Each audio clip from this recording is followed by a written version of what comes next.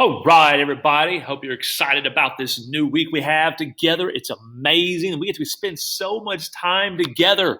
I'm excited about it. You look like you're excited about it. Let's enjoy it. Yes, we are going to continue our venture into the Roman uh, textbook, the Roman journey, the Roman expedition, the Roman adventure. This is exciting. Oh, I love this so much. Yes, we're going to look at this week the fall of the Roman Republic. Now, what you might do is confuse this with the fall of the Roman Empire, but we're not going to get to that till a little bit later. So, this is still the Republic and why it goes away and turns into an empire. Yes. Here's the Colosseum where the gladiators fought, or one of the places they fought.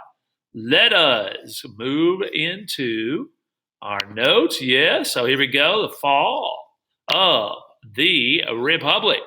So it starts off like this. Make sure you have your paper ready, your pencil or pen, whatever you have ready. Get ready to turn this in. It will be a great. Here we go. 3, 3, 3, 3, 3, 3, 3, 3, 3, 2, 2, 2, 2, 2, 2, 2, 2, and 1. Yes. So what was the problem between the rich and the poor? I hope that sounds familiar to you. What was the problem between the rich and the poor? So here we go. Most people who ruled Rome were they patricians or plebeians? Y'all say it. That's right, patricians. That's right. Which is, again, rich people who owned large farms. These rich landowners ran their legislative body. What is the legislative body called? It makes the laws. Ran the Senate. That's right, the Senate. And held the most powerful government jobs. They handled Rome's finances and directed its wars. They're in charge of everything. The patricians are in charge of everything. Despite some gains for the plebeians, many people began to become very unhappy about the situation. Farmers were sinking into poverty. It means they're becoming very poor. And their debt is increasing. But why? Many of them had been unable to farm because they were fighting so many of Rome's wars. All right. Others had suffered damage to their farms during, who was that person that invaded? The Hannibal's invasions. That's right. He came in and ruined farmland. Moreover, small farms could not compete with wealthy Romans who were buying up land to create. Check this out. Check out this word. I'll italicize this word. They're trying to create this thing called latifundia. Latifundia. This is exciting. Got me yelling to myself here. Excuse me there. So they're trying to create this. They're buying up land to create latifundia, or large farming estates.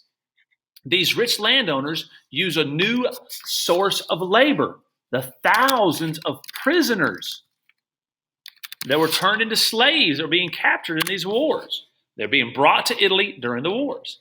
By using these enslaved people to tend their crops, wealthy Romans could force owners of small farms out of business, reducing their competition.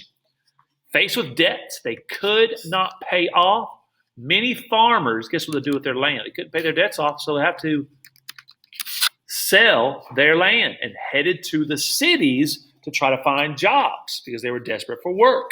However, these jobs in the cities were hard to find.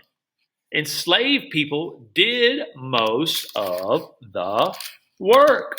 So this gap between the rich and the poor is just getting bigger and bigger. If freedmen were lucky enough to be hired, they earned even low wages. So if he got a job, it wasn't very good. These conditions created widespread anger. People started getting angry. This mob mindset begins to set in. Roman politicians were worried about riots breaking out, but they quickly turned the situation to their advantage. This is what they did. To win the votes of the poor people that were losing their land trying to find jobs, they began to provide cheap bread and entertainment.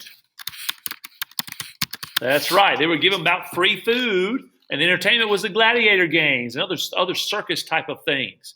This policy became known as bread and circuses. All right. It helped many dishonest rulers come to, that's right, power. Just because they were able to entertain, they were able to come to power and leadership. All right, so question is, now, why does the Roman Republic fail? So let's check it out. Not all wealthy people ignored the problems facing the Roman Republic. Two prominent officials who worked for reforms were, one, his name is Tiberius, and the other is Gaius, all right, Gracchus. Gaius Gracchus.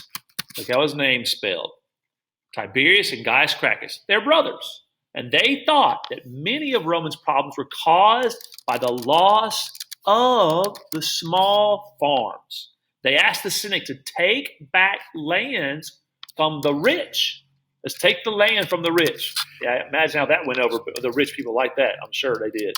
And then they would divide it among the landless Romans. Many senators, however, were among those who had claimed parcels of public land, putting their own interests above the general welfare. They fought Gaius's brothers' proposals. And then a band of senators even went so far, guess what they did to Tiberius? They killed the dude. They killed Tiberius in 133 BCE. Jesus will be here in 133 years. 12 years later, Gaius met the same fate. They killed these two guys who were trying to help out the poor folks. These were dark days for the Roman Republic when senators charged with making and upholding the laws could so shockingly violate them. So, in the question again at the top, it says, why did the Roman Republic fail? Because the leaders of the Republic began to violate their own laws. All right, so here we go. Last question of the day.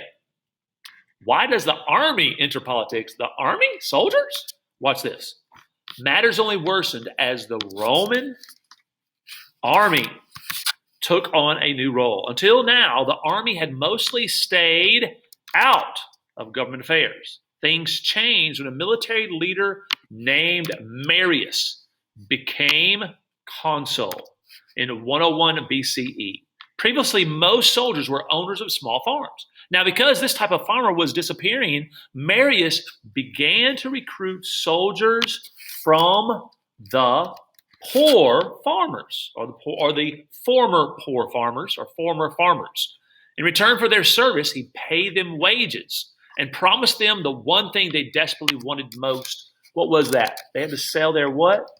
They wanted land. That's right. Marius changes the Roman army from citizen volunteers, and he trains them to become professional soldiers. They got a new occupation. They became soldiers. The new troops, however, were motivated by material rewards rather than a sense of loyalty or duty to Rome. They felt loyal to their general, not to Rome or to the Republic. This gave individual generals a great deal of influence and good reason to become involved in politics. They needed to get laws passed that would provide the land that they had promised their soldiers. Marius's new military system led to new power struggles. It was not long before Marius faced a challenge from a rival general with his own army, a man named Sulla. All right, here we go. It's 82 BCE. Sulla drove his enemies out of Rome and made himself dictator. He's going to use his army to make himself dictator. Over the next 3 years, Sulla changed the government. He weakened the council of the plebs, so he weakened the assembly and strengthened the Senate. Like, whoa, this guy put himself in charge to make the Senate strong? This is weird. Then he stepped down from office. This guy, he truly believed in the Republic. He hoped that the Roman Republic could heal its wounds and recapture its glory. He wanted good things for Rome. He was not selfish. He was a George Washington or a Cincinnatus. Rome then plunged into an era of civil wars. They started armies fighting each other over the next 50 years. Ambitious men saw how Sulla used an army to seize power, and they decided that maybe they could do the same thing. That's right. So this is